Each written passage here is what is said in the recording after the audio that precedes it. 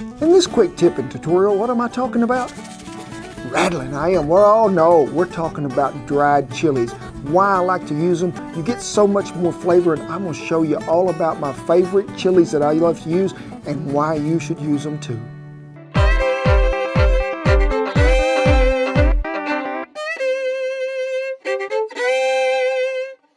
Hey, thank y'all for stopping by Under the Barn on some quick tips and tutorial by Professor Cowboy Cook Kent Rollins. Yeah, that's a big one, ain't it? It is. But what are we talking about? Dried chilies. Now, I'm not talking about you make a big old pot of chili and then you spread it out there like concrete and let it dry. No, I'm talking about dried chilies. Now, old Cookie going down the trail, he had a lot of these, be hanging on the side of the wagon, something like that, because there was a great influence of an old Mexican cook that went down the trail that had these and they used them. Folks, so many times you walk by them in the grocery store and you think to yourself, well, that thing looks ruined. I ain't going to use that. Let me tell you right now, if you haven't used these and you haven't tried them, you're missing out on some of the greatest flavors in the world. Now, each one of these peppers that we're going to talk about have its own little level of hot or heat, as you might call it, but also a very distinct flavor. Now, the first one we're going to start with is the guajillo chili, made from the Mercs pepper. And when it's dried, a lot of times they call it what? Who's going to guess? What do they call it? The rattle chili. Because it's got all these seeds in there that'll just rattle and rattle along, but it's got such a smooth, leathery skin. And folks, this thing is really what I would call not hardly hot at all. Maybe medium heat if we was versing it maybe as a jalapeno, as a scale. But there's so much. Is it hotter than a jalapeno? Oh no, so much less, so much less.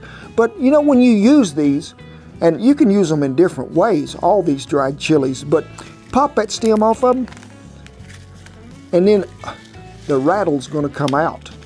And you can just put them in your hand. I like to save these sometimes because we'll go ahead and just put them in a baggie and put them in the freezer, and then you plant them. Well, you got your own peppers right there. But you can take a knife or a pair of scissors and just split these right down the seam to rehydrate them. Or see how flexible this chili is right here? Now, if I was going to use this to grind it up to make as a spice that I'm going to put on some meat, I would put it in the little mortar pedestal deal after I had heated it on the stove or the burner for just a little bit to where that thing will crack a little easier. When it gets to that point, then you can sure get that thing in there and this is going to bring you sort of a complex fruity taste, but also some smoked flavor. I think that's what I love about the dried peppers. All of them got a little bit of that smokiness to them that just jumps out to you right at the first. But folks, this has been in every enchilada sauce, huevos rancheros, salsa, any kind of sauce that you want to put together that you're going to get a really deep red, rich color out of it. The guajillo is your man. Let's move on next to what? The pasili chili, or what? Dried ancho chili. Now, I've got these in various stages. Sometimes our little grocery store you can get them and they're still sort of pliable like this guajillo, but most of the time they're pretty brittle when they come to me. But hey, that's all right, because when you rehydrate them, what are we going to do? What are we talking about? We're going to put them in a pot with some water, and a lot of times I got more chilies than that, a blended flavor, some onion, some tomato. Boil that in there with some garlic cloves till that gets really soft. It's going to have to boil about 10 minutes, and then folks, you can either put the whole thing in there just like that, run it through the blender, and then strain it to keep out the seeds in the stem, or go ahead and take that out first before you start. But this to me, this pepper is one of my favorite most peppers in the world, because there's just that rich sort of smoky flavor that you get out of it, but also to me there's a little bit of hint of a chocolate tone there that you just get with it, and it is so good. And when you just crack it open, oh my gosh, it just smells so good. Now, I have ground up many of these and used in barbecue sauce, put it straight into a pot of beans, straight into a pot of stew. It's great just to season meat with it. So don't think that you have to hydrate these peppers or rehydrate them all the time when you can just grind them and mix them in with many flavors that you got. But they're so good. But if you want to add a little bit more flavor to them peppers and you're going to grind them, heat them just a little first. It'll bring that magic right back out of the air for you, and they are so good. Now, the heat level to this pepper is really, to me, sort of medium low. You know, I mean down on the lower end of the scale. But the flavors you get with this are so great, and it'll make also a great mole sauce that you can just put with it, because this pepper right here is probably my go-to pepper. I'm just gonna go ahead and put it in my pocket because I'm gonna keep it with me at all times. Next, what are we talking about? You see it so many times, the New Mexico chili. What? Does it just come from New Mexico? Well, no, a lot of times it's a dried hatch chili, something like that, but in the grocery store, you'll see where it says something like this, New Mexico chili pods. Now, we'll have a link down there below to where you can get all this stuff right there, because these peppers are worth cooking with, they are. And this one to me, hey, y'all have seen me use so many of them hatched green chilies that we just, roasted and peeled and then diced up and used. But when you take this chili, paired with this guajillo chili, paired with this ancho chili, folks, we are fixing to make us some huevos rancheros, because things are getting closer, they are. But this pepper here can have just a little bit of a bite to it. Not as much as what you'd think, but see, this here can be ground. Hear this? Now, when you get them peppers out, remember this guajillo, how soft it was. Remember, you have to heat that to get it to where you can grind it. But this one, look at there. It is ready, and you just dump them seeds out of there, put that in there, or you can do it by hand. Now, when you got that thing crumbled up, or you even use it after you've got it in the blender, and you just smell it or you taste it,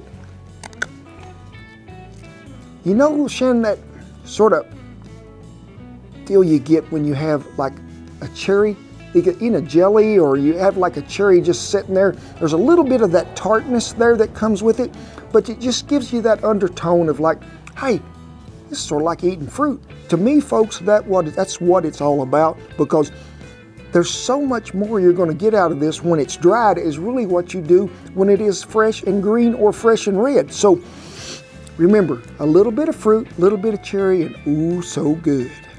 And last but not least, a pepper that I found that I use a lot, especially if I'm just wanting to add a little bit of heat to something. What is it? Chili de arbol, also known as what? Bird's beak chili, or maybe rat tail chili. Now, folks, these things have a little bit of a nutty flavor, but if we're talking like there is like a meter here, and this is what we would call mild, this is semi-mild, this is over here, folks. Now, I'm not talking screaming hot, but this is twice as hot as a jalapeno to me. Now, if I'm gonna use this in a stew, in a soup, anything that I'm gonna make, I'm just gonna use one to start out with. You can check your heat level and get this, but folks, these are great to rehydrate to mix in with your enchilada sauce, your taco seasoning if you just want to crumble them up and make them like that.